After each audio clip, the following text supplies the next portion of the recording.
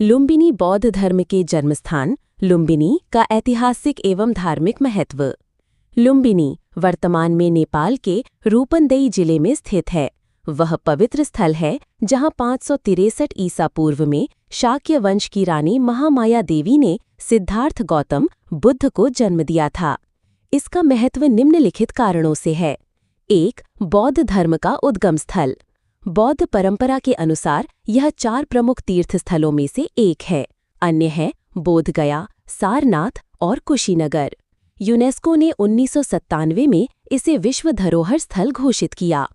पाली ग्रंथों में वर्णित बुद्ध जन्म कथा के अनुसार महामाया देवी ने यहाँ साल वृक्षों के बीच बालक सिद्धार्थ को जन्म दिया था। 2. पुरातात्विक प्रमाण। खुदाई में प्राप्त ईंटों की संरचनाएं 3री शताब्दी ईसा पूर्व और माया देवी मंदिर के अवशेष बुद्ध के जन्म स्थान की पुष्टि करते हैं। माया देवी तालाब। मान्यता है कि यहाँ बुद्ध की माता ने जन्म से पूर्व स्नान किया था और बालक सिद्धार्थ का प्रथम स्नान भी यहीं हुआ। 3. सम्राट अशोक की छाप। 249 ईसा पूर्व में अशोक ने लुम्बिनी की यात्रा की और यहाँ एक स्तंभ स्थापित किया जो नेपाल का सबसे प्राचीन शिलालेख है। इस स्तंभ ने लुम्बिनी की ऐतिहासिक पहचान को पुनर्जीवित किया। 4. अंतर्राष्ट्रीय तीर्थ के रूप में विकास। आज यहाँ कंबोडिया, जापान, थाईलैंड आदि देशों द्वारा निर्मित बौद्ध मठ, स्तूप और शांति पैगोडा मौजूद है। लुम्बिनी संग्रहालय में मौर्य एवं कुषाण काल की कलाकृतियां प्रदर्शित हैं। सम्राट अशोक की धम्म यात्रा और लुम्बिनी शिलालेख। अशोक ने कलिंग युद्ध 261 ईसा पूर्व के बाद बौद्ध धर्म अपनाया और बुद्ध से जुड़े स्थलों की यात्रा शुरू की। 249 ईसा पूर्व में उनकी लुम्बिनी यात्रा ऐतिहासिक रूप से महत्वपूर्ण है। रूपन्देही शिलालेख का विवरण। यह शिलालेख अशोक स्तंभ पर ब्राह्मी लिपि और प्राकृत भाषा में उत्कीर्ण है। मुख्य बिंदुओं का हिंदी अनुवाद इस प्रकार है। देवताओं के प्रियदर्शी राजा यानी अशोक ने अपने राज्याभिषेक के 20 वर्ष बाद स्वयं आकर इस स्थान की पूजा की, क्योंकि यहाँ शाक्य मुनि बुद्ध का जन्म हुआ था।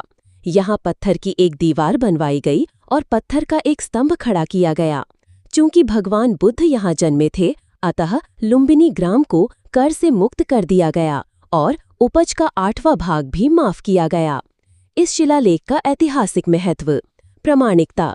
यह बुद्ध के जन्मस्थान का समकालीन प्रमाण है जिसने 19वीं सदी में बौद्ध इतिहासकारों को लुम्बिनी की पहचान करने में मदद की। प्रशासनिक निर्णय।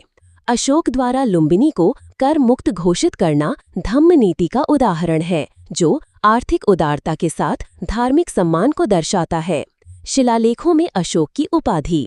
इसमें अशोक स्वयं को देवानम प्रिय यानी देवों का प्रिय और प्रियदर्शी कहलवाते हैं जो उनके धार्मिक रूपांतरण को दर्शाता है।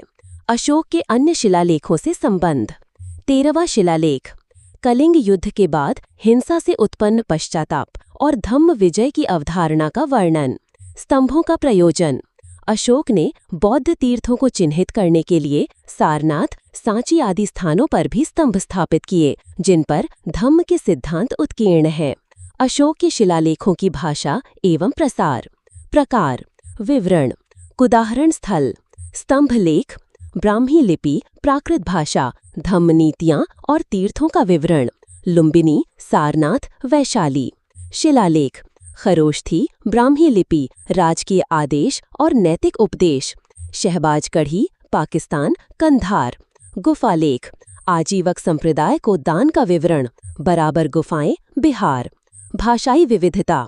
पश्चिमोत्तर क्षेत्रों में यूनानी और अरामाई भाषा के शिलालेख मिलते हैं जो अशोक की बहुसांस्कृतिक नीति को दर्शाते हैं।